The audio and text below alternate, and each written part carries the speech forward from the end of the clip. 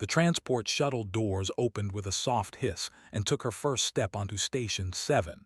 She was 15 years old and she was terrified, but she had learned long ago to never show fear. On Earth, showing fear meant you were weak. In space, among aliens who already thought humans were monsters, showing fear might start a war. The docking bay was huge. Had seen pictures, but pictures could not capture how everything seemed to glow with soft blue light. The walls curved like the inside of a shell. The air smelled strange, like flowers and metal mixed together, and everywhere she looked there were aliens. They were watching her. A group of stood near the entrance. They were tall and thin, with skin that looked like it was made of glass, could see light passing through their bodies. Their bones were crystal, and their movements were slow and careful. When walked past them, they stepped back quickly. One of them made a small sound of fear. Pretended not to notice, she kept walking. Two guards stood at the checkpoint. They were insect-like creatures, taller than, with hard shells covering their bodies and 4 arms that ended in sharp points. Their eyes were large and black, and they watched her without blinking. As approached, they gripped their weapons. "Human," one of them said. The word sounded like an insult. She replied. She kept her voice soft. She had practiced this. Humans were loud. Their voices hurt alien ears. She had to remember to speak quietly. "I am here for the Integration Academy." The guard checked something on a glowing screen.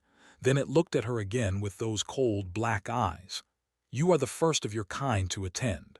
Do you understand what that means?" Nodded. "I understand." She understood more than they knew. Before she left Earth, she had spent 6 months in training. The diplomatic corps had taught her everything. How to walk slowly so she would not scare anyone. How to keep her hands visible at all times. How to never smile because showing teeth was a threat in almost every alien culture. How to control her breathing, her heartbeat, her every tiny movement. She was not just a student. She was an ambassador. The entire future of human relations with the galactic community rested on her shoulders. If she failed, if she made one mistake, humans might be banned from civilized space forever. No pressure. The academy was in the center of the station. Followed the glowing path on the floor, walking through corridors filled with aliens who moved out of her way like she was a disease. She passed in a floating containment suit filled with green gas. She passed a group of small furry creatures who squeaked an alarm and ran into a side room. She passed a tall being made of what looked like living stone, who simply stared at her with ancient, tired eyes. Everyone knew what she was. Everyone was afraid. Found her room in the student housing section. It was small and simple. A bed, a desk, a window that looked out into the stars. The bed was too short for her, designed for smaller species. The desk was too low. Everything in the room reminded her that she did not belong here. She sat on the bed and allowed herself 1 minute of weakness. She closed her eyes. She thought about Earth, about her mother's cooking, about her little brother's laugh, about the way the sun felt on her face in the morning. Then she opened her eyes, and she was strong again. The next morning walked into her first class. It was xenobiology, taught by an instructor named. He was a species she had studied in her training. They had scales that changed color with their emotions, and 4 arms that they used for everything from writing to fighting. They lived for over 200 years, and they considered themselves one of the most civilized species in the galaxy. Scales were silver blue when entered the classroom. She had read that this color meant calm, thoughtful, in control. But as soon as he saw her, the edges of his scales flickered to a darker shade. Fear. Even the teacher was afraid of her. There were 20 other students in the class. They sat in curved seats arranged in a half-circle around teaching platform. When walked in, every single one of them went silent. Every single one of them stared. There was one empty seat in the back corner, far away from everyone else. Understood. She walked to it slowly, carefully, and sat down. She placed her hands flat on the desk where everyone could see them. She looked straight ahead. She did not make eye contact with anyone. The class began. Talked about apex predators on different worlds. He talked about how predators evolved, how they hunted, how they shaped the ecosystems of their planets. It was interesting, but noticed something. Every time mentioned dangerous species, he glanced at her. Every example of violent evolution seemed to be directed at her. The other students noticed too. They looked at her with wide eyes. Some of them looked amused. Some of them looked scared. None of them looked friendly. After class, gathered her things slowly. She waited until most of the other students had left. She did not want to crowd the doorway with them. She did not want to make anyone uncomfortable. But as she was leaving, spoke. "A student." She stopped, she turned. "Yes, instructor." His 4 arms were folded across his chest. His scales had returned to silver blue, but there was still darkness at the edges. "I want you to know that I voted to admit you to this academy. I believe in giving every species a chance. But I also want you to understand that this is a place of learning and peace. We do not tolerate violence here. We do not tolerate threats. Do you understand?" Looked at him. She wanted to say that she had never hurt anyone in her life. She wanted to say that she was just a kid who liked reading books and watching old movies and playing with her dog back home. She wanted to say that she was more scared of him than he was of her. But she did not say any of that. Instead, she just nodded. "I understand, instructor." Then she walked out of the classroom, alone, into a station full of creatures who would never see her as anything but a monster. 3 weeks passed, and learned what it meant to be truly alone. She woke up alone.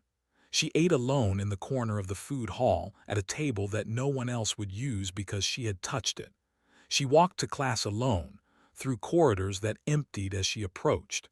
She sat alone in every classroom in the seat that was always waiting for her in the back corner, far from everyone else. At night, she called her mother on the communication screen. She smiled and said everything was wonderful. She talked about her classes and her teachers and all the amazing things she was learning. She did not talk about the loneliness. She did not talk about the fear she saw in every alien face. She did not talk about how much she wanted to come home. When the call ended, she stared at the ceiling of her tiny room and tried not to cry. The other students never spoke to her. Some of them whispered about her when they thought she could not hear. Humans had excellent hearing, much better than most species knew, heard everything. She heard the students talking about how she could crush their bones with her bare hands. She heard the clicking their mandibles about how humans were nothing but killers who had destroyed their own planet. She heard tell another that humans were so dangerous they had killed most of their own megafauna within a few thousand years of evolving intelligence. That last part was true, did not know how to feel about it. On the day everything changed was in the botanical wing. It was her favorite place on the station. The plants here came from 100 different worlds, and they were beautiful. There were flowers that glowed in the dark, trees that sang when the air moved through their leaves, vines that reached toward her like curious animals when she walked by. The plants were not afraid of her. They did not know what she was. To them, she was just another warm body moving through their garden. Was looking at a flower from a world called when she heard them coming. 4 students, all seniors, all much larger than her. Their shells were dark red, which meant they were mature adults. Their eyes reflected the light like black mirrors. They surrounded her. They did not touch her. They would not dare. But they blocked every path of escape, and their mandibles clicked in patterns that recognized from her training.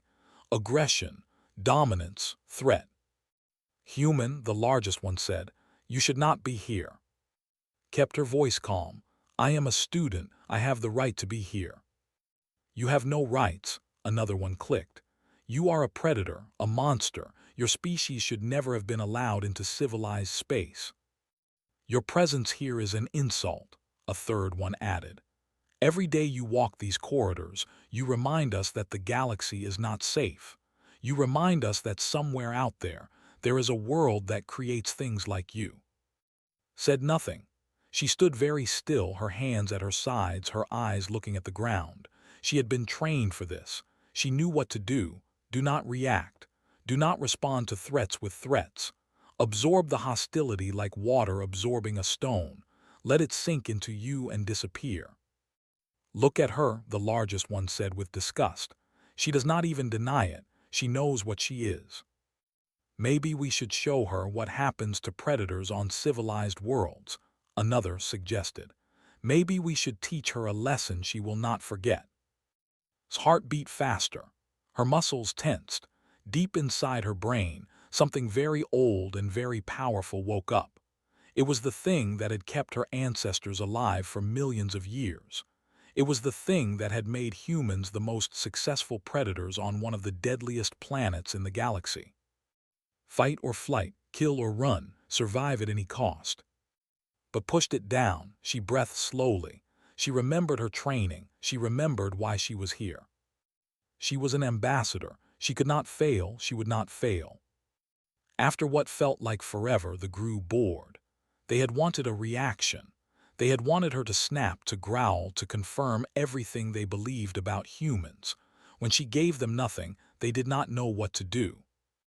Pathetic, the largest one finally said. You are not even worth our time.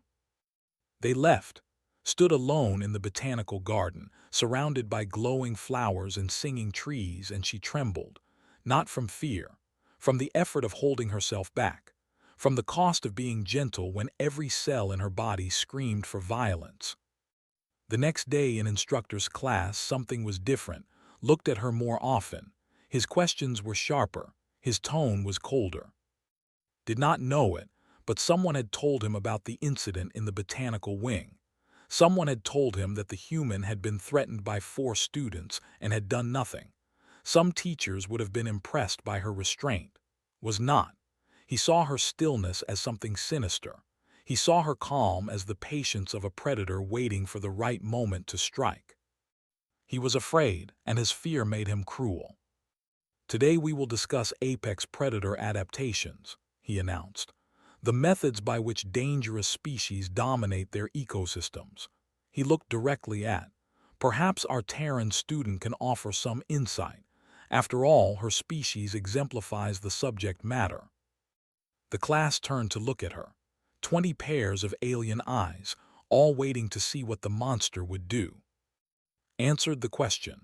She spoke about evolutionary biology, about endurance hunting, about the way humans had adapted to become the most efficient predators on their planet. She kept her voice clinical, academic, empty of emotion. But was not satisfied. He pushed harder. He asked about the extinction of Earth's great animals. He asked about human history, about wars, about the violence that seemed to follow humans wherever they went. He asked questions that were not really questions. They were accusations dressed in academic language. And then finally, he raised his arm. It was a quick movement, a sharp gesture. In culture, it meant dismissal. It meant dominance. It meant that the speaker was done listening and the other person should be silent. But had forgotten something. He had forgotten that was not. He had forgotten that she came from a world where sudden movements meant danger. He had forgotten that her species had spent millions of years learning to react to threats in fractions of a second. He raised his arm and went completely, perfectly, terrifyingly still. Time stopped. That was what it felt like too. One moment, instructor's arm was moving through the air. The next moment, everything slowed down until it was almost frozen. Colors became sharper. Sounds became clearer. She could hear her own heartbeat, strong and fast, pumping blood to her muscles. She could feel every fiber of her body waking up, preparing for something ancient and terrible. Her eyes locked onto his raised arm. She could not look away. Her brain, working faster than she could think, was calculating distance, speed, threat level, response options. She knew 17 ways to stop him. She could close the distance between them in less than 2 seconds. She could grab his arm before he even finished the movement. She could use her body weight to bring him to the ground. She could strike his throat, his eyes, the soft spots between his scales.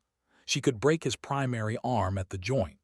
She could use his own body as a shield against any other threat in the room. She knew all of this in the time it took to blink. But she did not do any of it. Instead, she did the hardest thing she had ever done in her life. She stopped. She held perfectly still, not frozen, not paralyzed. She was holding herself in place through pure force of will.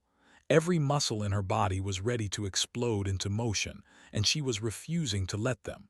It was like holding back a flood with her bare hands. It was like stopping a bullet after it had already left the gun. And the classroom went mad.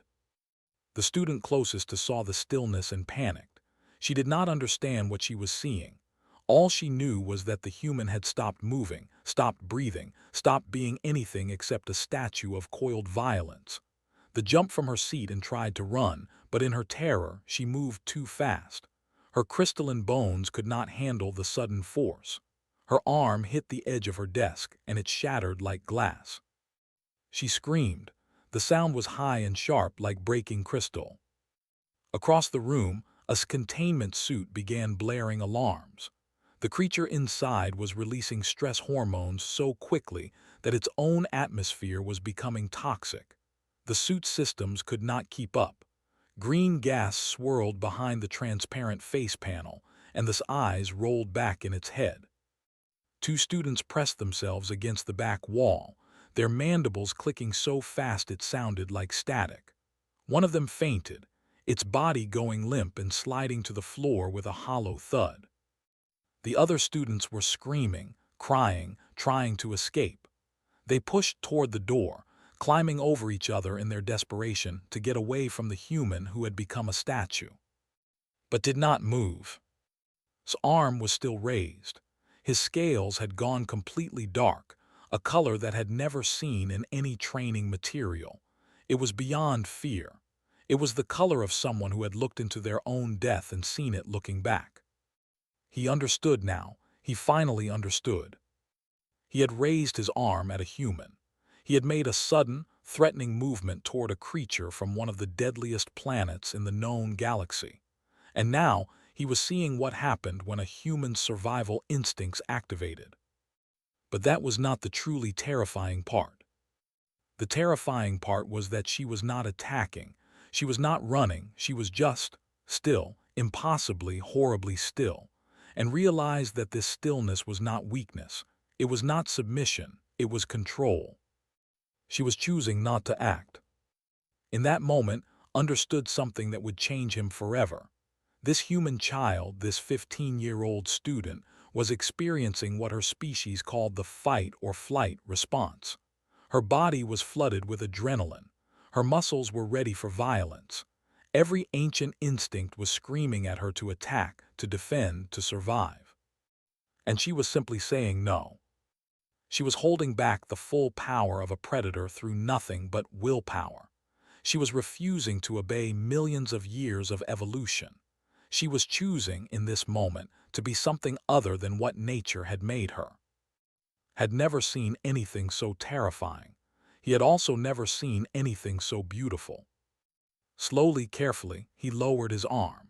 He moved like he was trying not to startle a wild animal, which in a way he was. His scales shifted through shades of dark blue and gray, colors of shame and regret. "I apologize," he said. His voice was barely a whisper. "Student, I apologize."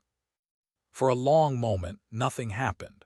The classroom was silent except for the moaning of injured students and the beeping of this failing suit. Everyone watched the human, waiting to see what she would do. Then blinked. She took a breath. It was a shaky breath, the kind that came after holding your lungs still for too long.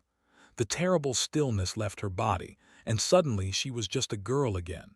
A tired, scared, lonely girl who was very far from home. "It's okay," she said, her voice cracked. "It's okay, I'm okay, everyone's okay."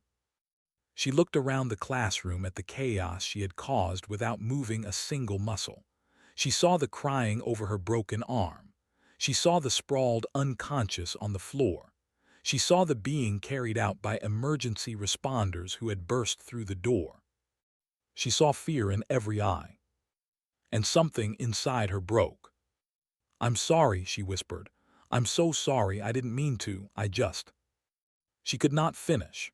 She grabbed her things and ran from the classroom, pushing past the crowd of terrified students in the doorway.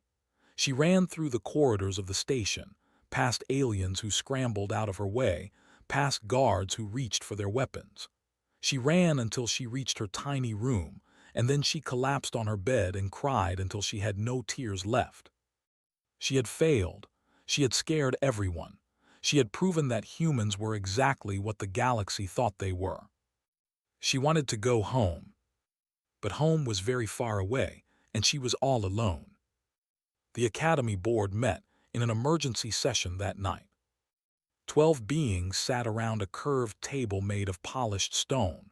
They represented the 12 founding species of the Galactic Integration Academy. Some of them were ancient, their bodies bent with age and wisdom.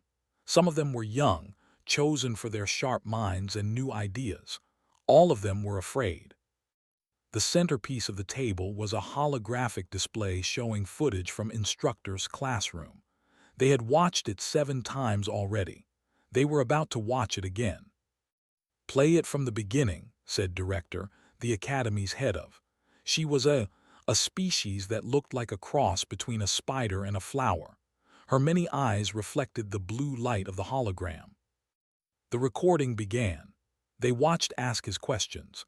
They watched the human girl answer calmly, professionally, without any sign of aggression. They watched push harder, his scales darkening with frustration. And then they watched him raise his arm. "Stop," Director said. "Slow it down frame by frame." The hologram obeyed. In slow motion, they watched the human react. It happened in less than a second, but when slowed down, it took almost a minute to see everything. First, her eyes locked onto his arm. Then her body changed. It was subtle, almost invisible, but the sensors had captured it all. Her muscles tensed. Her weight shifted forward. Her hands opened slightly, fingers spreading into what a combat expert later identified as a striking position. But that was not all. Her heart rate, displayed on a separate screen, jumped from 60 beats per minute to over 140. Her brain activity spiked in regions associated with threat detection, spatial awareness, and motor planning. Her body temperature rose by 2 degrees. Her pupils dilated until her eyes were almost entirely black. In less than a second, the human had transformed from a student into something else entirely. A weapon, a predator, a survival machine built by one of the most dangerous planets in the known galaxy. And then, just as quickly, it all stopped. "Look at this," Director said, pointing to the brain activity display. "Right here, do you see it?" The board members leaned forward. They saw a massive spike in a region of the brain that scientists called the executive center. In humans, it was known as the prefrontal cortex. It was the part of the brain that controlled decision-making, impulse control, and long-term planning. Her survival instincts activated, Director explained. This is what humans call fight or flight. It is one of the most powerful stress responses in any known species. When it activates, the body prepares for immediate violence or immediate escape. The conscious mind is supposed to be bypassed entirely. The response is automatic, unstoppable. She paused, but she stopped it. The board members were silent. "She stopped it," Director repeated. In the fraction of a second between her instincts activating and her body responding, her conscious mind took control. She overrode millions of years of evolution. She chose not to act. A board member spoke up. He was old, his scales faded to a pale gray. "How is that possible? Our research indicates that human stress responses are among the most powerful in the galaxy. They evolved on a Their ancestors faced predators, natural disasters, and each other for millions of years. Their survival instincts should be impossible to control." "They should be," Director agreed. "But humans are not just their instincts. They are also their choices. And this girl, this 15-year-old child, made a choice. In the most dangerous moment of her life, when her body was screaming at her to attack, she chose to be still. She looked around the table at her colleagues. We have spent centuries classifying humans as dangerous because of what they can do. We have focused on their strength, their endurance, their hunting instincts. We have treated them like wild animals that might attack at any moment, but we have missed something important. What? They asked. We have missed the fact that they choose not to. Director stood and walked to the hologram. She zoomed in on the human girl's face, frozen in that moment of terrible stillness. Every human, every moment of every day, lives with the capacity for devastating violence. They are built for it. Their bodies are weapons. Their instincts are designed to destroy anything that threatens them. But every moment they elect peace. They choose gentleness. They decide again and again to be kind instead of cruel. She turned back to the board. That is not the mark of a monster. That is the mark of the most disciplined species in known space. We have been afraid of the wrong thing. We should not fear what humans can do. We should admire what they choose not to do. The board was silent for a long time. Finally, they spoke again. What do you recommend? I recommend that we keep her, Director said. Not just because she has done nothing wrong, but because she has shown us something we needed to see. Humans are not our enemies. They are not dangerous animals that we need to fear. They are people. Complicated, powerful, sometimes frightening people who are trying very hard to prove that they can be trusted. She looked at the hologram one more time. And I think they deserve the chance. The next morning, received a message on her communication screen. It was from Director, asking her to come to the department for a meeting. Was sure she was about to be expelled. She dressed in her best clothes, the ones her mother had packed for formal occasions. She walked through the corridors with her head held high, even though she wanted to cry. If she was going to fail, she was going to fail with dignity. But when she arrived at the director's office, she did not find punishment waiting for her. She found understanding. Director spent an hour talking to her. She asked about life on Earth, about her family, about her hopes and fears. She asked about the training had received before coming to the station. She asked what it felt like to be the only human in a galaxy full of aliens who were afraid of her. And then she told what the board had decided. You are not being expelled, Director said. You are being kept, not because we have forgiven you for something you did wrong. You did nothing wrong. You are being kept because you showed us something we needed to learn. Did not understand. What did I show you? Director smiled. It was a strange smile, made with too many mouths, but it was genuine. You showed us what it truly means to be strong. Instructor could not sleep. For 3 nights after the incident, he lay in his rest chamber and stared at the ceiling. His scales kept shifting through colors of shame, regret, and confusion. He had been teaching for 60 years. He had met thousands of students from hundreds of species. He had thought he understood the galaxy. He had been wrong. On the 4th night, he stopped trying to sleep. He sat at his desk and wrote a message to the human girl. He deleted it. He wrote another. He deleted that one too. How do you apologize to someone you had treated like a monster? How do you admit that you were the one who had been monstrous?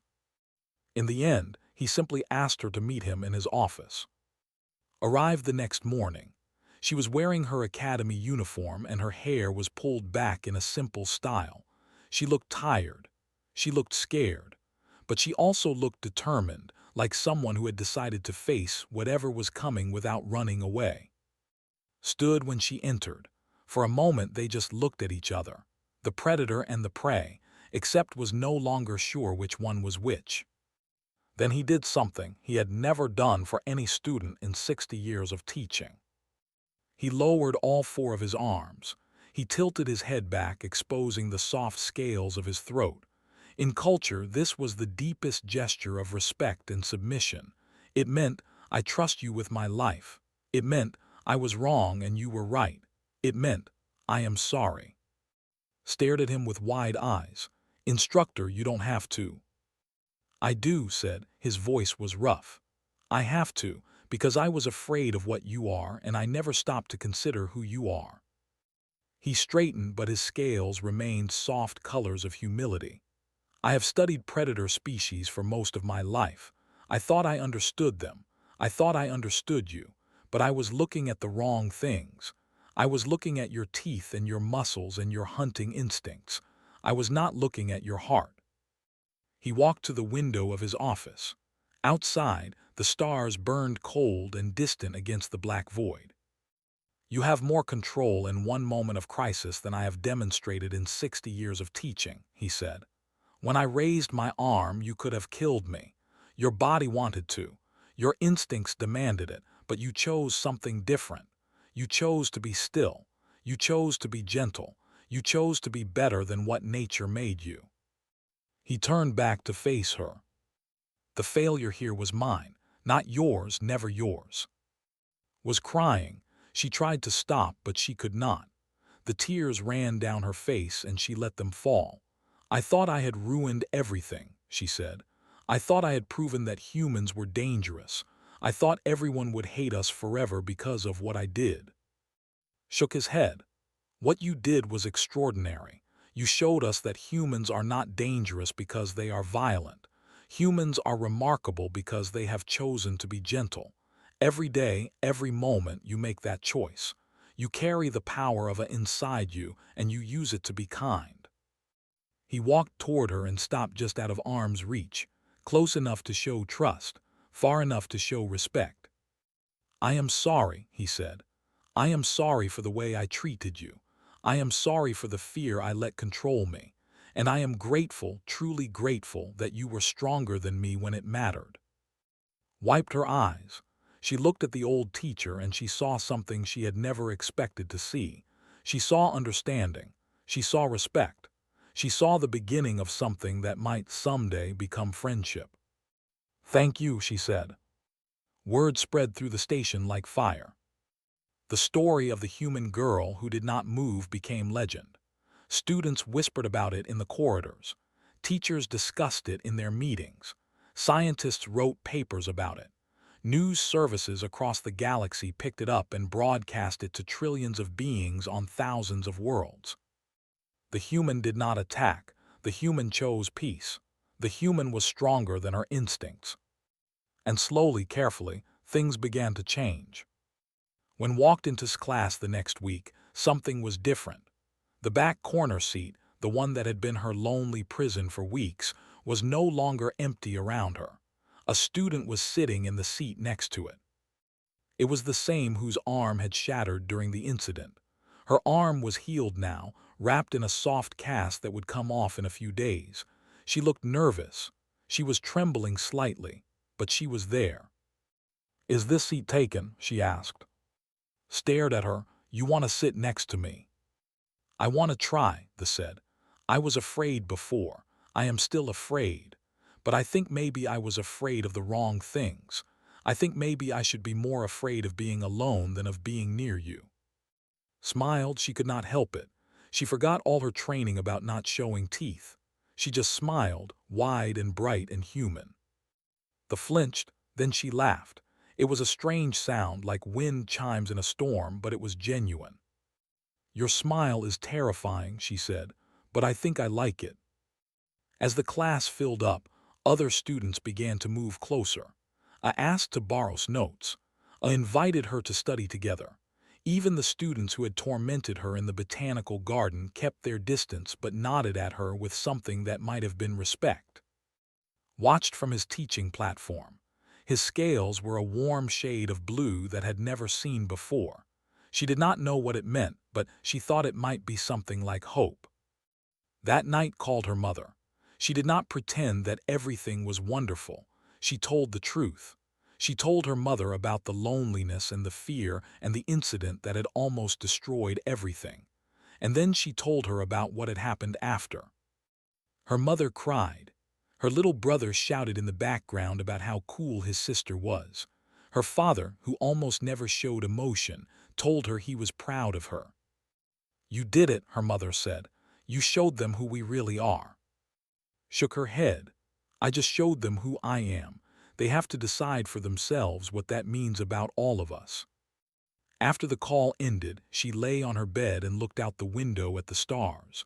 Somewhere out there was Earth. Somewhere out there was home.